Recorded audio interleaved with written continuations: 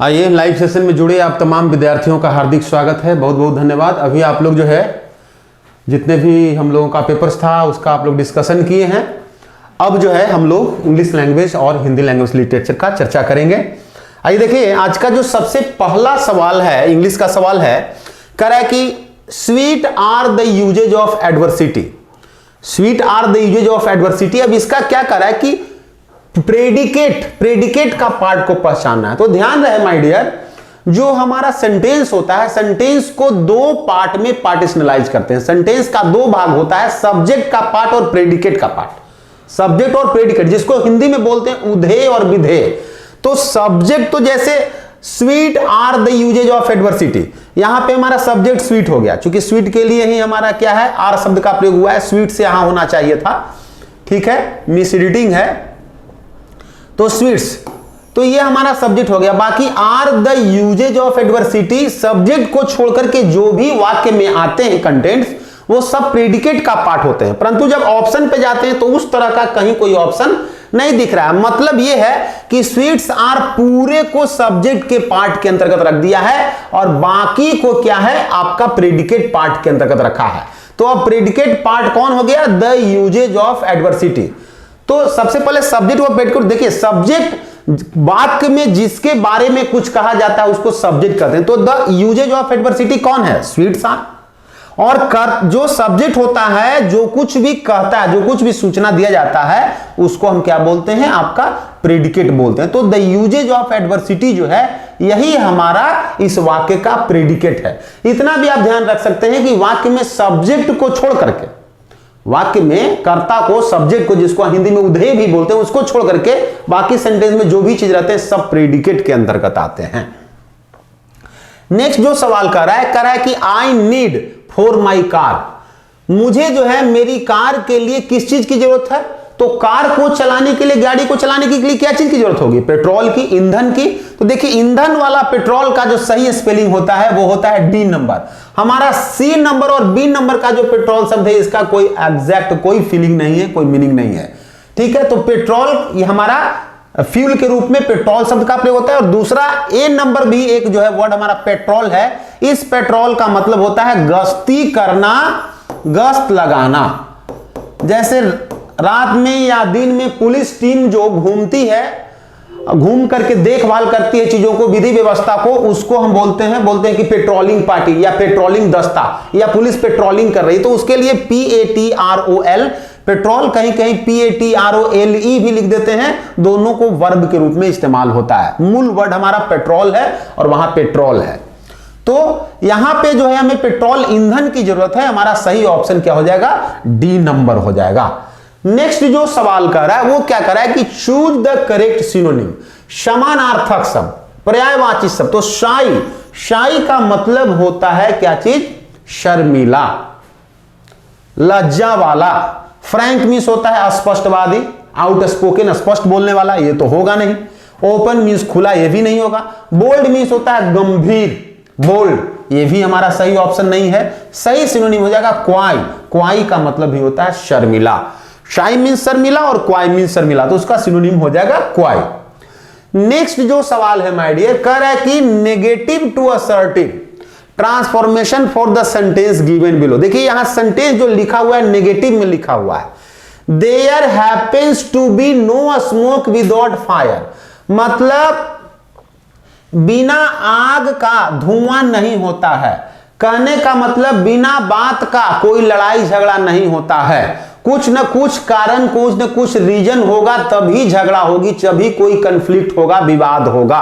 इस तरह का फीलिंग है। अब इसको हमको क्या करना है माय डियर, असर्टिव में लिखना है। सेंटेंस असर्टिव में हो और फीलिंग भी यही दे दे। तो देखिए, fire is only where smoke is, इसका हमारा एग्जैक्ट सेंस इसका नहीं हो पाएगा। कह रहा है कि फायर इज ओनली, आग केवल वहीं होगा जहां स्मोक होगा, सीधा उल्टा कह दिया। यहां आग जहां होगा वहां स्मोक की बात हो रहा है और यहां सीधा ये उल्टा कर रहा है, तो ये हमारा गलत हो गया। Fire and smoke go together, मतलब आग और धुआं हमेशा साथ साथ ही रहता है, ऐसा कोई जरूरी नहीं है। कभी कभी बेवजह की भी झगड़ा हो जाती है गलतफहमी में, तो ये भी ऑप्शन हमारा सही नहीं होगा। Fire and smoke is everywhere. Fire और स्मोक हमें मतलब हमेशा सब जगह झंझट और झगड़ा होते रहता है, ये कोई जरूरी नहीं है। बहुत से ऐसे भी सामाजिक स्थिति परिस्थिति घर है जहां कोई झगड़ा झंझट आपसी विवाद नहीं होता है, तो इसका भी सही हमारा ऑप्शन नहीं बनेगा। सही ऑप्शन होगा whenever there is smoke, जहां कहीं भी कोई स्मोक है, झंझट है, इसका मतलब है कि कोई देयर इज फायर, कोई ना कोई विवाद जरूर है, तभी झगड़ा होगा, झंझट होगा। ठीक है, तो यहां पे दियर का स्पेलिंग गलत है माय डियर, यहां पे ये दियर नहीं होगा, यहां पे क्या होगा, देयर होगा, ये मिस रीडिंग है, देयर इज फायर। और ऑप्शन हमारा 35 का क्या हो जाएगा, डी नंबर हो जाएगा। नेक्स्ट क्या कर रहा है कि इसको हमें जो सेंटेंस दिया हुआ है इसको हिंदी में ट्रांसलेट करना है। कह रहा है कि he used to examine every document. वह यूज्ड टू का मतलब होता है, ये पास्ट का हैबिट दिखा रहा है। एवरी का मतलब होता है प्रत्येक, डॉक्यूमेंट प्रत्येक कागजात को वह एग्जामिन करना का मतलब होता है परीक्षण करना, देखना, जांच पड़ताल किया करता था ऑफ द पैसेंजर्स। किसका डॉक्यूमेंट्स को, पैसेंजर्स के। ठीक है, यात्रियों के सब प्रत्येक दस्तावेजों को वह एग्जामिन किया करता था, एग्जामिन करता था, परीक्षण करता था। कहां है वह, यात्रियों के सभी डॉक्यूमेंट, सभी दस्तावेज। यहां एवरी है, प्रत्येक है, सभी नहीं होगा। यहां भी सभी है, सभी नहीं होगा। वह सभी यात्रियों के, सभी यात्री क्या है, यहां तो पैसेंजर्स है, सभी यात्री का चर्चा ही नहीं है, ऑल पैसेंजर्स नहीं है, तो हमारा हो जाएगा वह यात्रियों के प्रत्येक दस्तावेज की जांच करता था। यही हमारा सही ऑप्शन चला जाएगा। नेक्स्ट क्या कह रहा है माय डियर क्वेश्चन, कह रहा है कि TION सफिक्स, TION क्या है, सफिक्स है, बाद में जुड़ने वाला। तो कह रहा है कि निम्नलिखित रूट वर्ड, ये सब क्या है, रूट वर्ड है। निम्नलिखित में से कौन सा ऐसा रूट वर्ड है जिसमें TION सफिक्स मतलब जिसके बाद में TION सफिक्स जोड़ करके एक शब्द बनाया जा सकता है। तो वो इंप्रेस में SION होता है कि इंप्रेशन, ये नहीं होगा। ऑपरेशन में भी ION होगा तो ऑपरेशन होगा, नहीं होगा। कंप्लेक्स में भी ION होगा, कंप्लेक्शन नहीं होगा। तो कलेक्शन, COLLECTION कलेक्शन, ये हो जाएगा, ऑप्शन डी चला जाएगा। नेक्स्ट जो क्वेश्चन है माय डियर वो कह रहा है कि फिल इन द ब्लैंक्स का है।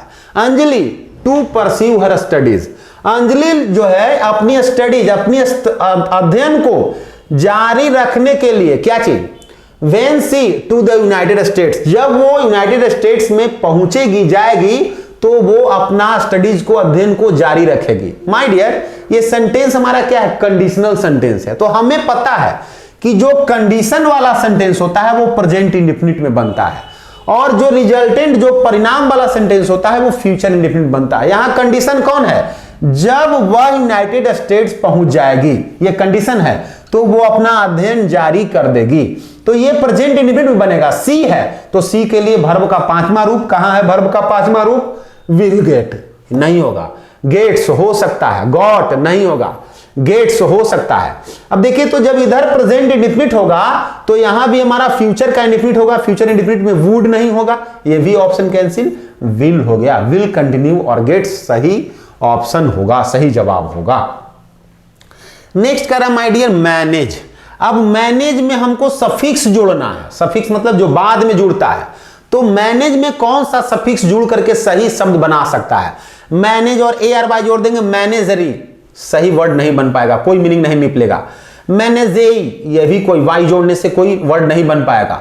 मैंने गोवा, कोई वर्ड नहीं बन पाएगा। लेकिन मेंट जोड़ देंगे तो बन जाएगा मैनेजमेंट। इसलिए सही ऑप्शन जो होगा, सही विकल्प होगा, वो हमारा डी नंबर होगा। नेक्स्ट कह रहा है my dear you have waited till the light were green. कह रहा है कि जब तक लाइट ग्रीन नहीं होती है तब तक आपको रुकना होगा before crossing the road, road cross करने के पहले, रोड क्रॉस करने के पहले, रोड क्रॉस करने के लिए जब तक जो है लाइट ग्रीन नहीं हो जाती है तब तक आपको रुकना होगा। तो you will have waited, you ought to have waited, you don't के साथ तो वेटेड लगेगा नहीं, डज के साथ भी नहीं लगेगा। अब बताइए you ought to have waited कि यू विल हैव वेटेड, क्या होगा।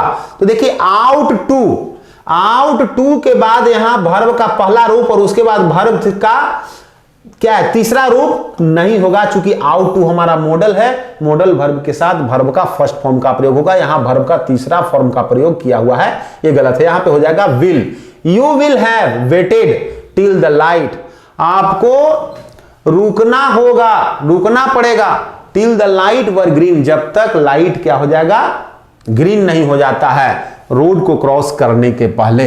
नेक्स्ट क्वेश्चन क्या कर रहा है, कह रहा है कि history was taut by her, history उसके द्वारा पढ़ाया गया, इसको एक्टिव है, देखिए ये तो पैसिव वॉइस में पहले से ही बना हुआ है, ऑब्जेक्ट बाई हर उसके द्वारा, ये हमारा एजेंट हो गया, लेकिन वाज प्लस वर्ब थ्री है, तो was plus verb three past indefinite का जो सेंटेंस होता है उसी का ना वाज प्लस वर्ब थ्री बनता है, तो सब्जेक्ट है हर, यहां हमारा डायरेक्ट जब एक्टिव में आएगा तो क्या हो जाएगा, सी हो जाएगा, तो सी वर्ब का दूसरा रूप टाउट हिस्ट्री, कहां है she taught history, she had taught history गलत, सी हैज टाउट हिस्ट्री गलत, सी टीचर जी तो प्रेजेंट इंडेफिनिट होगा नहीं, पास्ट इंडेफिनिट, सी टाउट हिस्ट्री। नेक्स्ट क्या कर रहा है, अब देखिए हिंदी का सवाल आ गया, निम्नलिखित में से शुद्ध शब्द कौन है, तो देखिए अनिष्ट, अनिष्ट कोई अनिष्ट शब्द नहीं होता है, अनिष्ट ठ के जगह पे ट लिखना होगा, अनिष्ट, अनिष्ट का मतलब होता है अमंगल, अशुभ। नेक्स्ट है तदोपरांत, देखिए हम लोग बोलने में तदोपरांत बोलते हैं, लेकिन तदोपरांत होता नहीं है, क्या होता है तदुपरांत, तदुपरांत का मतलब क्या होता है, के पश्चात या उसके बाद। दुर्वस्था, दुर्वस्था का मतलब होता है दुर्दशा, विकट स्थिति, खराब स्थिति, तो यही हमारा सही शब्द है, शुद्ध शब्द है। नेक्स्ट है निरीक्षण, निरीक्षण गलत लिखा हुआ माय डियर, निरीक्षण, री में क्या है जोर पड़ रहा है, दीर्घ ई होगा निरीक्षण, तो इस तरह से हमें करना होगा, तो इसलिए ये भी हमारा गलत है, सही ऑप्शन हो जाएगा सी नंबर। नेक्स्ट जो सवाल कर रहा है कि राम खेल रहा है, इस वाक्य में क्रिया कहां है, क्रिया कैसा है, सकर्मक है, द्विकर्मक है, दो गो क्रिया है, यहां पे खेलना एक ही क्रिया है तो द्विकर्मक नहीं है, अकर्मक, खेल रहा है तो कोई व्यक्ति खा रहा है तो कुछ ना कुछ तो वस्तु होगा तब ना खाने का काम होगा, खेल रहा है तो खेलने के लिए तो कुछ ना कुछ चाहिए, कैरम खेले, बैडमिंटन खेले, क्रिकेट खेले, कुछ ना कुछ ऑब्जेक्ट होगा तभी खेलने का काम होगा, खा रहा है तो खाने के लिए खाने का काम तभी होगा जब कुछ ना कुछ वस्तु होगा, कोई चीज होगा, तो अकर्मक क्रिया ये नहीं हो सकता। प्रेरणार्थक, प्रेरणार्थक वाक्य का यहां कोई फीलिंग ही नहीं है, तो प्रेरणार्थक नहीं, यहां पे सही सवाल हो जाएगा सकर्मक क्रिया है, मतलब खेलना अपने साथ कर्म लेता है, इसके साथ कर्म की आवश्यकता होती है, इसलिए यह सकर्मक क्रिया है। सकर्मक क्रिया किसको बोलते हैं, वैसा क्रिया जो अपने साथ कर्म का मांग करता है, जो अपने साथ कर्म लेता है, ऑब्जेक्ट को लेता है, हम उसको सकर्मक क्रिया बोलते हैं, तो ऑप्शन नंबर ए चला जाएगा। नेक्स्ट कर रहा है कि दलित साहित्य में जूठन आत्मकथा के लेखक कौन है। माय डियर, दलित साहित्य में जो है जूठन आत्मकथा जो है, इसके लेखक जो है ओम प्रकाश वाल्मीकि। जब हिंदू धर्म में दलित लोगों का जो फाइनेंशियल वित्तीय आर्थिक स्थिति जब खराब थी, तो बहुत से हिंदू धर्म के जो है लेखक लोग, साहित्यकार लोग भिन्न भिन्न तरह का उपन्यास में, भिन्न भिन्न तरह के अपने लेखनी में उन्होंने क्या किया, चर्चा किया दलित के पे हुए अत्याचारों का, उनके वित्तीय सामाजिक स्थितियों का, तो वैसे साहित्य को ही दलित साहित्य के नाम से संज्ञा दिया गया, नाम रखा गया। ये जो जूठन आत्मकथा है माय डियर, जूठन आत्मकथा है, इसका सर्वप्रथम जो है पब्लिशमेंट जो हुआ था, ये जो पब्लिश हुआ था 1997 में, 1997 में हुआ था, ओम प्रकाश वाल्मीकि जी के द्वारा यह किया गया था। ओम प्रकाश वाल्मीकि जी का जन्म जो है हमारा उत्तर प्रदेश के आपका मुजफ्फरपुर जिला में हुआ था, और ये जो जूठन आत्मकथा जो नाम रखा गया, इस जूठन आत्मकथा नाम जो रखा गया था उस लेखनी का, उस साहित्य का, वो जो है राजेंद्र यादव इनके दोस्त थे, उन्हीं के द्वारा यह जूठन आत्मकथा हेडिंग दिया गया था। ठीक है, नेक्स्ट जो हमारा सवाल है वो क्या कर रहा है कि निम्न में से कौन से ग्रंथ वैदिक साहित्य का हिस्सा नहीं है। माय डियर, जब सिंधु घाटी की सभ्यता संस्कृति विश्व विरासत में, विश्व में जब सिंधु घाटी की सभ्यता संस्कृति पल्वित पुष्पित हो रही थी, उसके ठीक पश्चात वैदिक साहित्य का क्या हुआ, वैदिक साहित्य की लेखनी हुई। वैदिक साहित्य के अंतर्गत वेद, ब्राह्मण धर्म ग्रंथ, वेद, आरण्यक, उपनिषद, इन चारों को रखा गया है। वेदांग जो है मानव द्वारा रचित क्या है, धर्म ग्रंथ है। वैदिक साहित्य की लेखनी का श्रेय किसी मानव को नहीं जाता है, उसके लेखनी, उसके स्थापना का श्रेय जो ऐसे ब्रह्मा जी को जाता है और ब्रह्मा जी के पुत्रों को जाता है कि उन लोगों के द्वारा ही लिखा गया था, उन लोगों के द्वारा ही स्थापना की, उसको जो ऐसे लिखी गई थी, सजाई गई थी।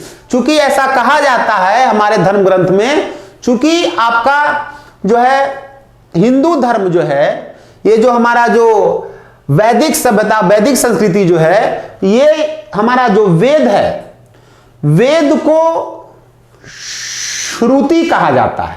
श्रुति इसलिए कहा जाता है वेद को, चूंकि सुन करके ब्रह्मा जी जो है एक हमारे देव थे जिनका नाम था क्या चीज, विराट पुरुष भगवान, उन्हीं के द्वारा जो है वेद की व्याख्यान की गई थी, ठीक है, बताया गया था। उन्हीं से सुन करके ब्रह्मा जी अपने पुत्रों सहित जो है वेद का क्या किए थे, लेखन किए थे।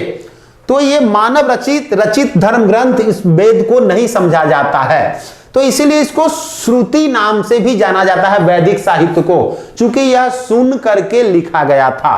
और वेदांग जो है मानव रचित है, मानव के द्वारा वेदांगों को लिखा गया था, सीखे किसी व्यक्ति के स्मृति के आधार पे सुन करके। तो इसीलिए वेदांग के 6 रूप है। वेदांग का कितना प्रकार है, 6 प्रकार है। इसीलिए इसी को वेदांग को स्मृति के नाम से भी जानते हैं, स्मृति कहा जाता है, चूंकि किसी से सुन करके मानवों के द्वारा इसकी रचना हुई थी। तो क्वेश्चन यहां 3-4 बनेगा। वैदिक साहित्य का लेखनी कब हुआ, तो 1500 ईसा पूर्व से 1000 ईस्वी पूर्व के बीच में। मतलब आज से देख लिया जाए तो लगभग मतलब अभी हम लोग चल रहे हैं 2020 में, तो लगभग आपके 3500 साल पहले जो है सो वैदिक साहित्य का लेखनी हुआ, जो ब्रह्मा जी और उनके पुत्रों के द्वारा किया गया। तो स्मृति ग्रंथ किसको कहा जाता है, तो वेदांग को। श्रुति ग्रंथ किसको कहा जाता है, तो वैदिक साहित्य को, वेद को। ये सब क्वेश्चन बन सकता है। इसकी लेखनी कब हुई, तो 1500 से 1000 ईसा पूर्व। किसके द्वारा किया गया, तो ब्रह्मा जी और उनके पुत्रों के द्वारा किया गया। ये सब सवाल आपका हो सकता है। तो यहां पे जो है निम्न में से कौन से ग्रंथ वैदिक साहित्य नहीं है, तो वेदांग। सही ऑप्शन हमारा क्या हो जाएगा, वेदांग। ये सब हमारा क्या है, वैदिक साहित्य के अंतर्गत आते हैं। नेक्स्ट जो क्वेश्चन है माय डियर, ध्यान देने वाली बात, नेक्स्ट जो सवाल है वो क्या करा है कि निम्नलिखित में से कौन सा सुभद्रा कुमारी चौहान द्वारा लिखित है। तो झांसी की रानी सुभद्रा कुमारी चौहान हम लोग 5वें-6ठे क्लास से ही सुनते आ रहे हैं। कुमकुम, कुमकुम जो है एकता कपूर के द्वारा जो है से आपका निर्देशित किया हुआ एक क्या है, धारावाहिक है। कुरुक्षेत्र आप लोग जानते हैं रामधारी सिंह दिनकर के द्वारा। और युग चरण जो है माखन लाल चतुर्वेदी के द्वारा लिखा गया जो है कविता है युग चरण माखन लाल चतुर्वेदी। कुरुक्षेत्र रामधारी सिंह दिनकर। कुमकुम जो है आपको पता होना चाहिए एकता कपूर। यह क्या है, कोई कविता नहीं है, यह क्या है, धारावाहिक है। झांसी की रानी सुभद्रा कुमारी चौहान, तो हमारा सही जवाब होगा झांसी की रानी। नेक्स्ट जो सवाल है माय डियर, वो कह रहा है कि अज्ञेय का पूरा नाम था हीरानंद सच्चिदानंद वात्स्यायन। अज्ञेय पूरा नाम था। तो अरे यायावर रहेगा याद, ये क्या है, टाइटल है। अरे यायावर का मतलब होता है नोमैडिक, जिसको बोलते हैं अंग्रेजी में, या वैगाबोंड, भटकने वाला, इधर उधर घूमते रहने वाला, घुमंतु। तो घूमने वाला, घुमंतु का संबंध ही क्या चीज से है, यात्रा से है। तो अरे यायावर रहेगा याद जो है, यह यात्रा वृतांत है। चूंकि खुद अज्ञेय जी जो थे वो क्या थे, घूमते रहते थे, पूरा देश दुनिया का जो है पूरे जो है वो घूमते फिरते रहते थे, उनका यात्रा होते रहता था। नेक्स्ट जो सवाल है आपका वो क्या कह रहा है कि इत्यादि का सही संधि विच्छेद। तो देखिए इत्यादि का सही संधि विच्छेद जो है इति जोड़ यादि, यह जो है यन स्वर संधि है, यन स्वर संधि। अब यन स्वर संधि इसको क्यों कहा जा रहा है, चूंकि दोनों ही स्वर का ही इसमें मिलान हुआ है। देखिए छोटी ई और प्लस क्या है आ, छोटी ई प्लस आ दोनों मिलकर के क्या बन गया, यह बन गया इति, ई जोड़ आदि आ, ई जोड़ आ बराबर बन गया या, तो बन गया इत्यादि। इसका सही संधि विच्छेद हो जाएगा इति जोड़ आदि। नेक्स्ट जो सवाल कर रहा है कि वैद्यनाथ मिश्र, वैद्यनाथ मिश्र किस कवि का मूल नाम है? तो वैद्यनाथ मिश्र का जो है किस कवि का, नागार्जुन, नागार्जुन के नाम से फेमस है वैद्यनाथ मिश्र, इन्हीं का मूल नाम है। ठीक है, वैद्यनाथ मिश्र का जन्म जो है आपके बिहार प्रांत के ही मधुबनी जिला में, उनके ननिहाल में उनका जन्म हुआ था। प्रॉपर गांव उनका दरभंगा जिला में, पैतृक गांव उनका एक गांव है, नाम है तरौनी, दरभंगा जिला के तरौनी में उनका पैतृक गांव हुआ वैद्यनाथ मिश्र का, जो फेमस है नागार्जुन के नाम से। उनका जन्म आपका मधुबनी में ननिहाल में हुआ था। इनके कहानी है कि इनके माता पिता जो थे गोकुल मिश्र साहब, गोकुल मिश्र इनके पिताजी का नाम था और उमा देवी इनकी मां का नाम था, जिनके 4 संतान पले हुए, लेकिन चारों का चारों संतान मर गए, कोई भी जीवित नहीं रह पाए। तो ये लोग दोनों जो है पति पत्नी जो है बैद्यनाथ धाम देवघर में जाते हैं और वहां जो है भगवान से भोले से जो है मन्नत मांगते हैं। तब इनका 5वां संतान के रूप में जो है बैद्यनाथ मिश्र का जन्म होता है। तो चूंकि सारे जो है सो इनके भाई जो है पहले बहुत कम समय में असामयिक निधन हो जाने के कारण माता पिता को इन पे भी विश्वास नहीं रहता है कि यह जो है से जीवित रह पाएगा। तो इनका एक बचपन का नाम इनके माता पिता के द्वारा जो दिया गया था ठक्कन, क्या चीज नाम इनका दिया गया था, ठक्कन मिश्र।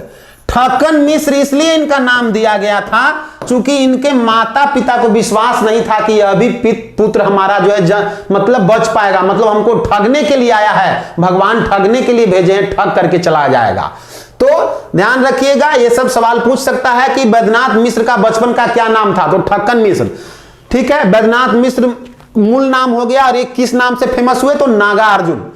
ठीक है, नेक्स्ट सवाल जो कह रहा है वो कह रहा है कि भागीरथ प्रयास, तो ये भी जो है इक्ष्वाकु वंशीय राजा जो सगर थे, राजा सगर के पुत्र दिलीप और दिलीप के पुत्र जो है से भागीरथ थे, जिन्होंने जो है भागीरथ मतलब गंगा नदी, मां गंगा को इस पृथ्वी पे अवतरित करने के लिए, लाने के लिए बहुत बड़ा प्रयास किया, बहुत बड़ा तपस्या किया। और तपस्या करने के पश्चात जो है ब्रह्मा जी को खुश करके उनसे वरदान मांगे, वहां पे मां गंगा जो है से इनके सामने प्रकट होती है। तब ये वरदान मांगे कि आप धरती पे आइए, क्योंकि राजा सगर के करीब 6000 पुत्र का क्या हो गया था, अचानक असामयिक निधन हो गया था। उनके उद्धार के लिए वो गंगा को पृथ्वी पे लाना चाहते थे, तो उन्होंने काफी तपस्या किया था। तो इसलिए उसी समय से ये मुहावरा आया भगीरथ प्रयास, मतलब क्या करना, कठिन तपस्या करना। नेक्स्ट जो है सवाल है माय डियर, इस गन्ने में मिठास नहीं है, भाववाचक संज्ञा क्या है? तो मीठा, मीठा हमारा क्या है, एडजेक्टिव है, हम मीठा से बन गया मिठास। लड़का जनरल नाउन है, लड़कपन भाववाचक संज्ञा हो गया। बूढ़ा, बूढ़ा क्या हो गया, एडजेक्टिव हो गया। बुढ़ापा, बुढ़ापा भाववाचक संज्ञा हो गया। तो यहां पे जो भाववाचक संज्ञा हमारा क्या है माय डियर, मिठास। नेक्स्ट जो क्वेश्चन कह रहा है और आज का जो लास्ट सवाल है वो कह रहा है कि निम्नलिखित में से कौन सी रचना घनानंद का नहीं है? तो घनानंद का रचना सुजान हित, वियोग बेली और इश्क लता, तीनों घनानंद की रचना है। रस पीयूष निधि जो है घनानंद जी की रचना नहीं है, यह सोमनाथ जी का काव्य है, सोमनाथ जी का निधि काव्य है। रस पीयूष किस तरह का काव्य है, तो निधि काव्य किनका है, सोमनाथ जी का है। धनानंद जी का जो नाम था, इनका एक और जो है इनके बारे में कहानी है, ये रीति काल के कवि हैं। धनानंद जी जो है रीति काल के कवि हैं। रीति काल का जो समय जो है 17वीं शताब्दी को माना जाता है, 17वीं शताब्दी के कवि हैं। इनको खास करके जो है इनका जितना भी कविता कहानी आया वो श्रृंगार रस, थोड़ा सा इश्क प्रेम मोहब्बत का थोड़ा इन पे उस चीज पे इनका ज्यादा फोकस रहता था, इसीलिए इनका नाम था आनंद का यात्री। ये भी इनका नाम था, उपनाम। तो कह देगा कि आनंद का यात्री किस कवि को कहते हैं, किस रचनाकार को कहते हैं, तो आप बोल सकते हैं धनानंद। तो इस तरह से हमारा करा कि कौन सी रचना धनानंद का नहीं है, तो यहां पे जो ऑप्शन हमारा सही होगा वो क्या होगा, सी नंबर ऑप्शन हमारा चला जाएगा। सी नंबर सही ऑप्शन चला जाएगा, बाकी सब जो है हमारा धनानंद का ही है। तो ऑप्शन हमारा क्या हो जाएगा? सी। चूंकि रस पीयूष जो है निधि काव्य है, सोमनाथ जी के द्वारा लिखा गया है। तो आइए हम लोग मिलते हैं नए सेशन में। बहुत बहुत धन्यवाद।